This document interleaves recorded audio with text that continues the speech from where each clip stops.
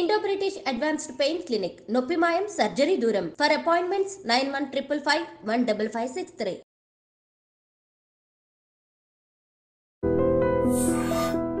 Big breaking ఇది నారాయణ కాలేజ్లో మళ్ళీ ఒక విద్యార్థి ఫ్యాన్కి ఉరి వేసుకొని చనిపోయిన పరిస్థితి. అసలు ఇది ఎన్నిసార్లు అవుతున్నామంటే ఇట్లాంటి వార్త. అసలు ఏమైంది నారాయణ కాలేజ్లలో, శ్రీ చైతన్య కాలేజెస్ కానీ, స్కూల్స్ కానీ అసలు ఏం జరుగుతుంది ఏం అర్థమైతలేదు. గింత చిన్న పిల్లలు కూడా 7వ తరగతి విద్యార్థికి అంటే 12 ఏళ్ళు ఉంటాయి, 12-13 ఏళ్ళు ఉంటాయి. ఏం తెలుస్తుందని ఇట్లా ఊరేసుకుంటున్నారు. ఎంత బాధ అయితే ఊరేసుకుంటున్నారో అసలు అర్థం చేసుకోండి పేరెంట్స్ కానీ, యాజమాన్యం కానీ. అరే చదివే మొత్తం ఆ జీవితం అదేనా, ఇక వేరేది ఏం ఉండదా? ఎందుకు ఇట్లా ఒత్తిడి చేసి చంపుతున్నారు? సరే తల్లిదండ్రులకు వీలుగాక వాళ్ళు బిజీ ఉన్నారు కాబట్టి నా కొడుకు బాగుపడతాడనో నా బిడ్డ బాగుపడుతుందో అని స్కూళ్ళల్లో హాస్టళ్ళల్లో వేస్తే మంచిగా చదువుకుంటారు, జర బాగుపడతారు అని వేస్తే ఆడ మరి ఏం జరుగుతున్నదో సార్లు ఏమన్నా అంటున్నారా, లేకపోతే ఆ ఎన్విరాన్మెంటే నచ్చుతలేదా పిల్లలకు, మరి ఏమైతుందో తెలుస్తలేదు. కానీ ఈ మధ్య కాలంలో వరుస పెట్టి ఐదర్ నారాయణ లేదంటే శ్రీ చైతన్య ఈ 2 కాలేజీలు లేదంటే స్కూళ్ళల్లో పిల్లలు చచ్చిపోతున్నా కూడా ఇంకా కూడా మరి దేనికోసం ఆగుతున్నారు ఎవరైనా సరే? నేను క్వశ్చన్ చేస్తుంది గవర్నమెంట్ని కానీ, పేరెంట్స్ని కానీ, ఆర్ యాజమాన్యాన్ని కానీ. దీనికి సొల్యూషన్ ఎట్లా జర ఆలోచించండి. పేరెంట్స్కి కనీస ఇన్ఫర్మేషన్ కూడా ఇస్తలేదట యాజమాన్యం. పిల్లగాడు చచ్చిపోయిన తర్వాత పోలీసులు ఫోన్ చేస్తే కానీ పేరెంట్స్కి తెలుస్తలేదు ఆ పిల్లగాడు అసలు ఏమైందా ఏందా అని. కనీసం ఇక మరి అంటే ఒకవేళ పిల్లల్ని మీ కాలేజీలలో ఆర్ మీ స్కూళ్ళల్లో వేసిన తర్వాత ఇక మర్చిపోన్నా, మరి అదనే చెప్పండి. కనీసం అంటే కనీసం మరి మీరు ప్రాథమికంగా ఇన్ఫర్మేషన్ ఎవరికి ఇవ్వాలి? పిల్లగాడికి ఏదో అయింది, ఇంకేదో అయింది, చచ్చిపోయిందంటే సరే, జ్వరం వచ్చిందో ఇంకేదో అయింది, సిక్ అయిండు ఇంకేదో అయింది, ఎవరికి ఇన్ఫర్మేషన్ ఇస్తారు? పోలీస్ వాళ్ళకి ఇస్తారా, పేరెంట్స్కి ఇస్తారా? ఎవరికి ఇవ్వాలి? అసలు ఎవరికి ఇవ్వకుండానే పిల్లడు చనిపోతాడు, పోలీసులు వస్తారు, ఎంక్వైరీ స్టార్ట్ చేస్తారు, ఆ తర్వాత పోలీస్ వాళ్ళు కాల్ చేస్తే కానీ తెలియని పరిస్థితి. ఏంది ఇది? అసలు వ్యవస్థ ఎటు పోతున్నది? విద్యా వ్యవస్థ ఏం చేస్తున్నది? అసలు సోకాల్డ్ హెడ్స్ ఏం చేస్తున్నారు? ఆర్ గవర్నమెంట్ ఏం చేస్తున్నది? చిన్న పిల్లలు పాపం అసలు ఏమంటే ఏమీ తెలియకుండానే ఇట్లా ఫ్యాన్కి ఊరేసుకుంటే చచ్చిపోతారు అని తెలుస్తుంది అంటే మీరు అర్థం చేసుకోండి. అంటే ఇక జీవితం మీద 7వ తరగతికే విరక్తి పుడుతుందంటే మీరు అర్థం చేసుకోర్రి మనం ఏడికి పోతున్నాం ఏంది అనేది. దయచేసి దాని మీద ఏదో తూతూ మంత్రంగా ఇది చూడండి. పాపం పేరెంట్స్ వాదిస్తున్నారు పోలీసులతోని. ఇంతమంది పోలీసులా వాళ్ళ పేరెంట్స్కి హక్కు కూడా లేదా? మా పిల్లగాడికి ఏమైంది చెప్తలేరు అనే అడిగే హక్కు కూడా లేదా? లోపలికి కూడా ఓనిస్తలేరు. ఇంతమంది పోలీసులు ఉన్నారు, వాళ్ళ పిల్లగాడు వాళ్ళ పేరెంట్స్ ఎంతమంది ఉన్నారు చూడండి ఒకసారి. ఇది నారాయణ స్కూల్, అది కూడా హయత్ నగర్కి సంబంధించిన స్కూల్లో 7వ తరగతి విద్యార్థి లోహిత్ రెడ్డి అనిపోయిండు. ఆ తర్వాత భయపడిపోయి చూడండి అతని ఫ్రెండ్ ఆ లోహిత్ రెడ్డి వాళ్ళ క్లాస్మేట్ వాళ్ళ ఫ్రెండ్ పేరెంట్స్ భయపడిపోయి తీసుకుపోతున్న పరిస్థితి కనిపిస్తోంది. ఎవరు చెప్పాలి వీళ్ళకి జవాబు? సరే తాత్కాలికంగానే తీసుకొని పోతున్నాడు ఆయన, మళ్ళా సచ్చినట్టు ఎగైన్ మళ్ళీ ఈడికే రావాలా, ఈయన్నే చదువుకోవాలా? ఆ పిల్లగాడు నిన్నటి వరకు ఆడుకున్న పిల్లగాడు ఇప్పుడు వాళ్ళతో పాటు లేడు. ఇది చూడండి ఎట్లా భయపడిపోతున్నాడో. ఏం చెప్తున్నారు వీళ్ళ పేరెంట్స్? తాత్కాలికంగా తీసుకొని పోతున్నారు. ఆ తర్వాత ఏంది? తర్వాత ఆ పిల్లగాడు ఎంత చూడండి ఒక్కసారి చూడండి ఎట్లా భయపడిపోయి ఉన్నాడో చూడండి.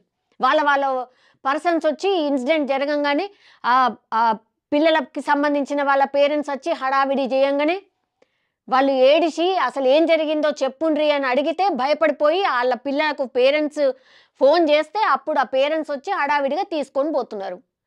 ఇట్లా ఇంకెన్ని జరగాలి అంటున్నా, ఇంకెన్ని జరిగితే ఇంకా స్పందిస్తారు?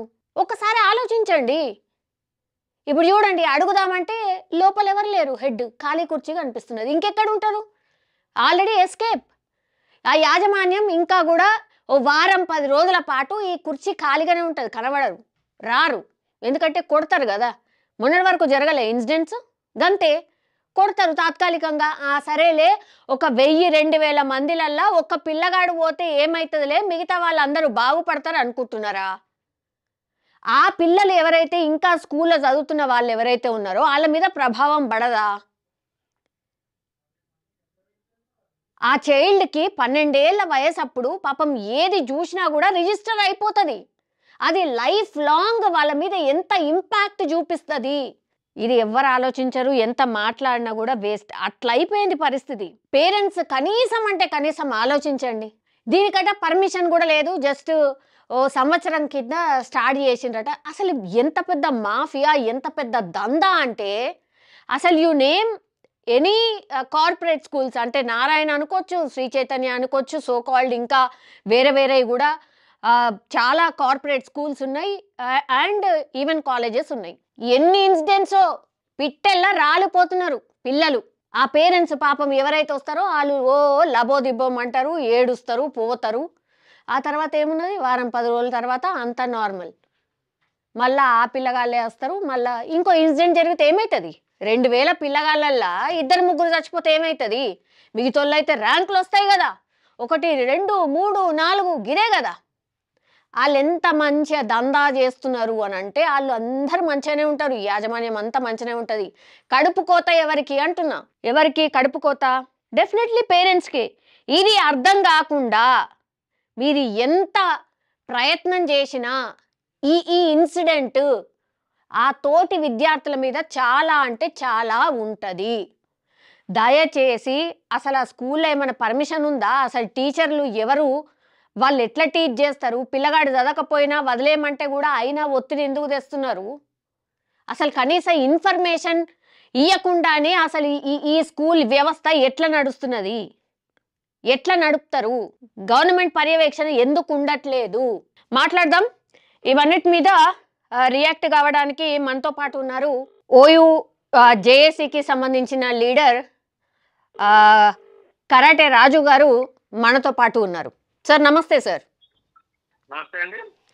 సార్ అగైన్ ఈ కొత్త ఇన్సిడెంట్ అయితే కాదు. ఈ మధ్య కాలంలో పిల్లలు కాలేజ్లో కానీ లేకపోతే స్కూళ్ళల్లో కానీ సార్ ఆత్మహత్యలు చేసుకుంటున్నారు. సార్ ఏంది అసలు? ఏమవుతున్నది? వ్యవస్థలో ఏమవుతున్నది? నేను ఒక విషయం చెప్పదలుచుకున్నానండి. కొట్లాడి సాధించుకున్న తెలంగాణ కావచ్చు, సమైక్యాంధ్రాలో ఉన్నప్పుడు కానీ ఈ మరణ మృదంగాలు ఆగలే, ఎక్కడ కూడా ఆగలేదు. మేము ఈ విద్య ఏదైతే కార్పొరేట్ మాఫియా ఉందో ఈ మాఫియా పైన చిన్నప్పుడు పాటలు పాడుతున్నాం. కార్పొరేట్ కాలేజీలో, కార్పొరేట్ స్కూల్లో కన్ను మూసి నా చెల్లి, ఖైదు జీలి జీవితంలో గడిపిన తల్లి, చితిమంటల కాలిపోతివా ఓ చెల్లెమ్మ ఓ తమ్ముడా అని ఏనాడు వీళ్ళకి ధ్యాస, శ్వాస, ఆశ డబ్బులపైనే. ఎప్పుడు కూడా 24 గంటలు చదువు చదువు చదువు. ఎక్కడ పోయింది కొఠారి కమిషన్? ఎక్కడ పోయింది విద్యా వ్యవస్థ విలువలు?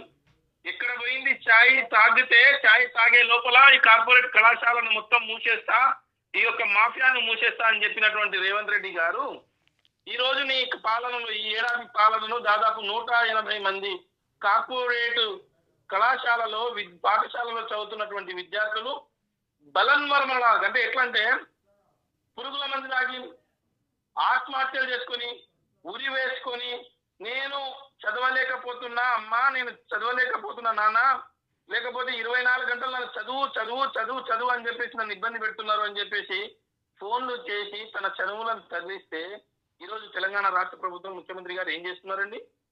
కళ్ళు తెరుస్తలేడా? కళ్ళు కనిపిస్తలేవా ఈ చావుల పైన?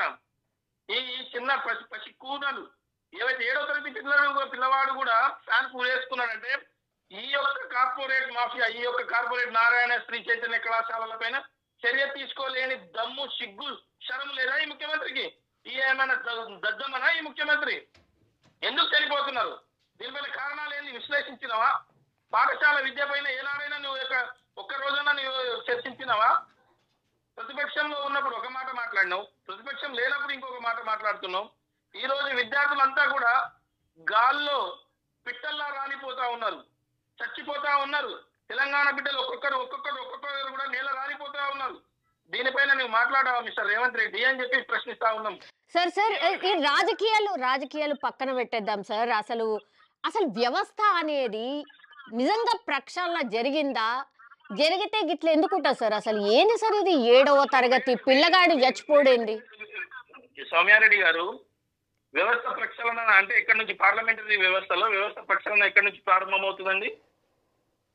ప్రభుత్వ చట్టాలు కానీ, ప్రభుత్వం చేసే ఇది కానీ, లేకపోతే కార్పొరేట్ విద్య ఏదైతే ఉందో ఆ కార్పొరేట్ విద్యలో వ్యవస్థలో సమూల మార్పులు రాకపోతే, ఈ వ్యవస్థలో ఆ యొక్క ఆలోచన ధోరణి మారకపోతే, ఈ విద్యను ఒకటే ర్యాంకుల పరంగా ఒకటే 1 2 మా నారాయణ 1 మొదటి rank, second rank, Chaitanya Sri Chaitanya first rank, ఈ యొక్క ధోరణితోటే వాళ్ళు ఉన్నారు కదా, అందుకొరకే చనిపోతున్నారు కదా.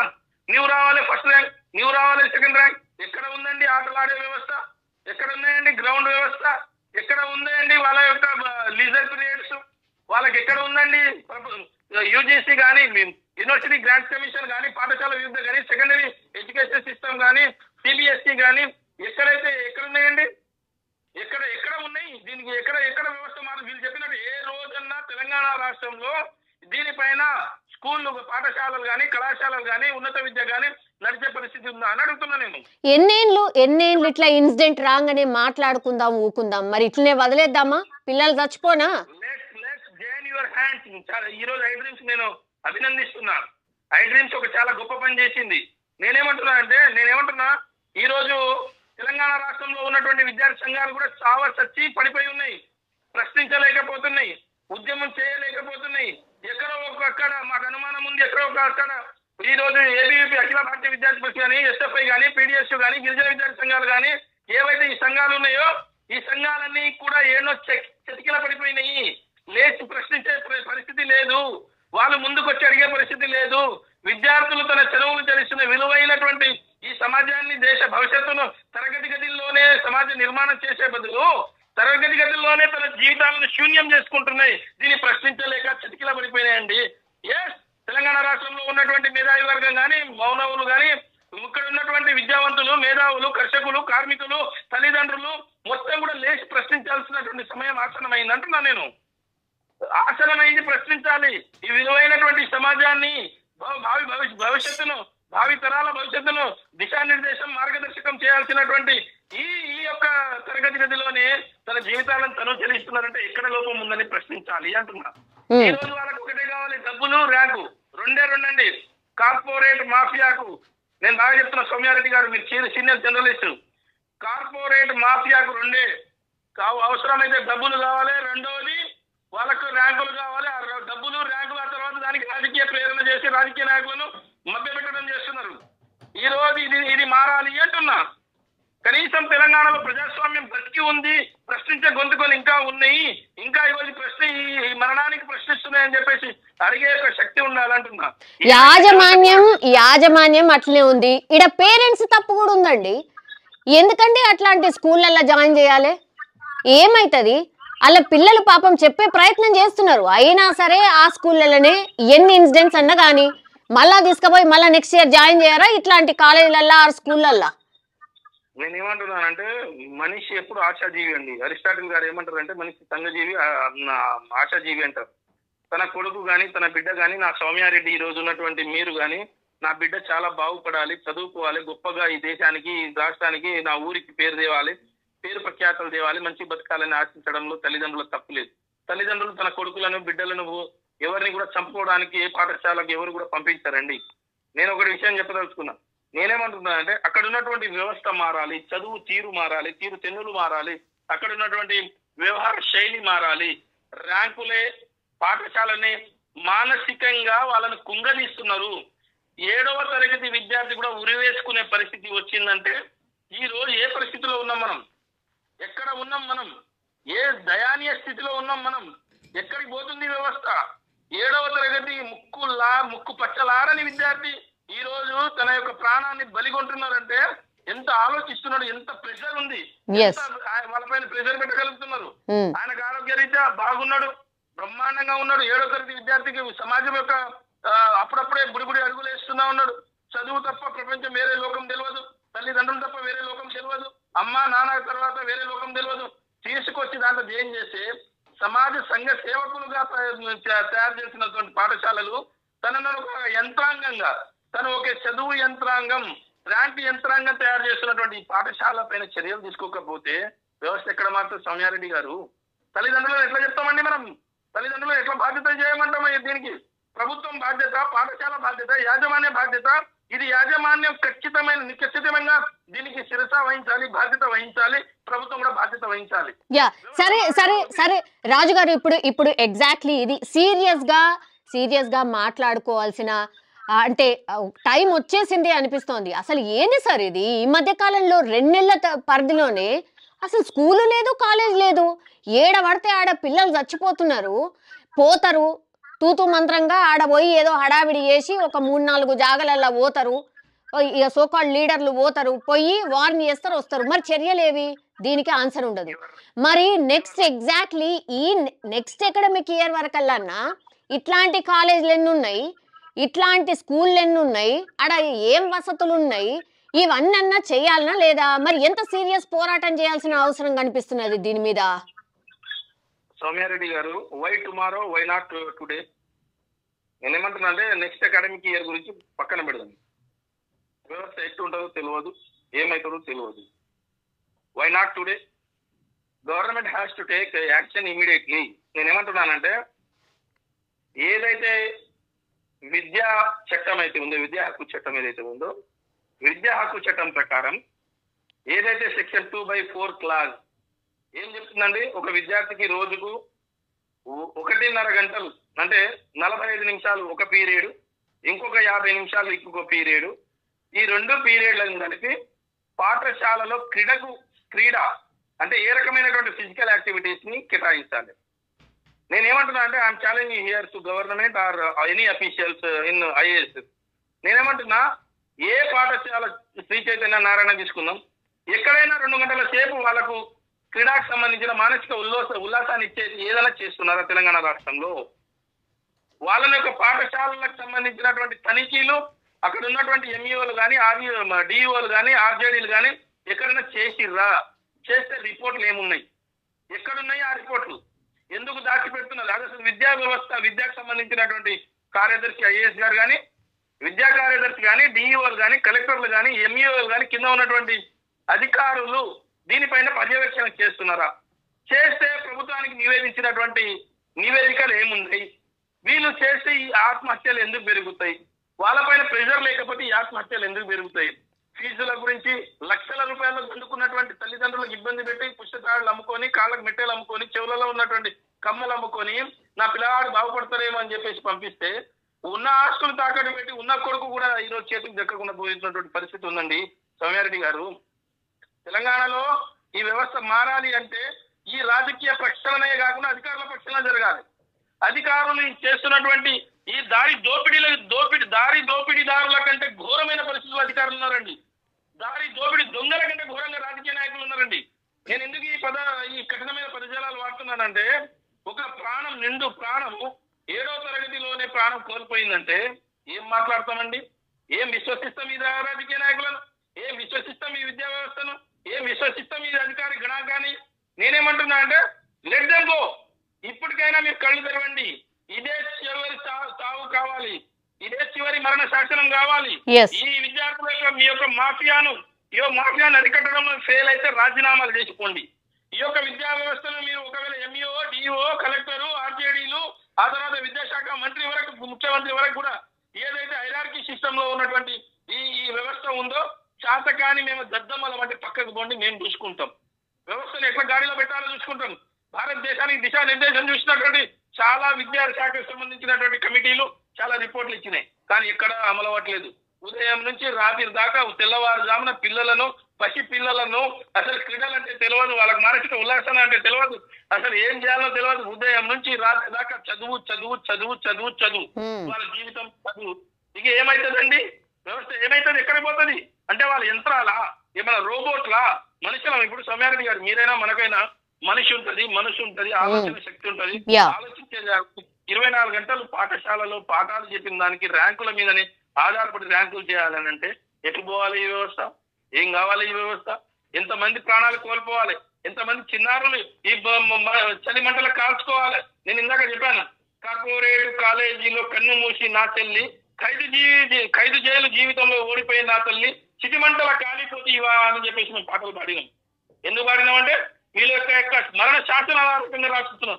ఎన్ని ఘటనలు అండి, వారానికి ఒక ఘటన శ్రీ చైతన్య, వారానికి ఒక ఘటన నారాయణ, ఎవరి అసలు ఈ శ్రీ చైతన్య నారాయణ ఈ రాష్ట్రాన్ని ఎందుకు మాఫియా లాగా పాలిస్తున్నారు? ఎవరు దీని వెనకాల ఉన్నటువంటి అదృశ్య శక్తులు? దీనికి ఎందుకు మీరు బ్లాక్ లిస్ట్ లో పెట్టి ఈ పాఠశాలను రద్దు చేయరు? ఎక్కడున్నాయి మీ పాఠశాలల పర్మిషన్లు? ఎక్కడున్నాయి మీకు ఇచ్చినటువంటి పర్మిషన్లు? మీరు ఎక్కడ ఉన్నారు?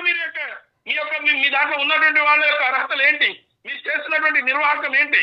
మీకు ఎంతమందికి పర్మిషన్ ఇచ్చారు? మీ పాఠశాలల బిల్డింగ్లకు ఏంది? మీ పాఠశాలలో ఉన్నటువంటి ఫుడ్ ఏంది? ఎవరండి మీకు అడిగే వాళ్ళు? ఎవరి నా కొడుకులు మాఫియా అంటున్నా నేను. ఈ రోజు ఇంత పరుష పదజాలంగా మాట్లాడాల్సిన పరిస్థితి ఏర్పడ్డది.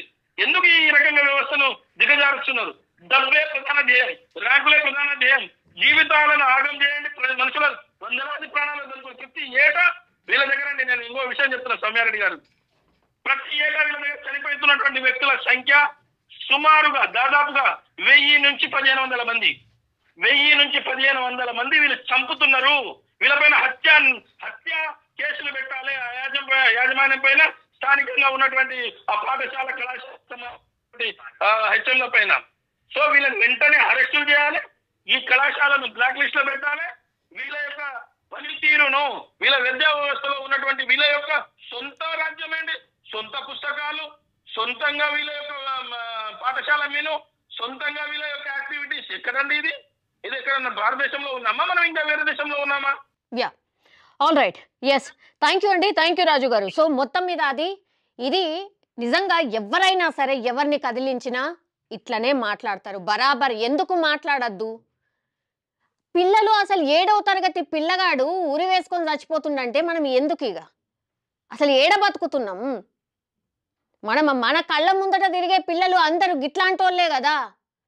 వాళ్ళు చచ్చిపోయిన తర్వాత కూడా మాట్లాడకపోతే ఇంకెందుకు మరి? దేనికోసం? మేము అది చేసినాం, ఇది చేసినాం, సంబరాలు చేసుకున్నాం. దేనికండి సంబరాలు? చిన్న చిన్న పిల్లలు చచ్చిపోయిన తర్వాత కూడా సంబరాలు దేనికోసం? అసలు మీరే కదా, మీకు సంబంధించిన వాళ్ళే కదా, మీ పార్టీలో ఉన్న వాళ్ళే కదా పోయి చూస్తే ఆడ ఏం లేదు అని పెద్ద పెద్ద వీడియోలు బయటకు వచ్చినాయి కదా. ఇట్లా చచ్చిపోయేటోళ్ళ సంఖ్య కూడా పెరుగుతుంది కదా. మరి ఇంకా కూడా మాట్లాడకుండా ఇంకా కూడా చర్యలు తీసుకోకపోతే ఎందుకు మరిగా? చూడండి, వాళ్ళ తండ్రి లోహిత్ రెడ్డి చనిపోయిన తర్వాత వాళ్ళ తండ్రి పాపం ఏం మాట్లాడుతుంది. ఈ తండ్రి ఇంకా ఇది కాకుండా ఇంకేం మాట్లాడతాడు? ఒక్కసారి చూడండి ఏం జరిగింది.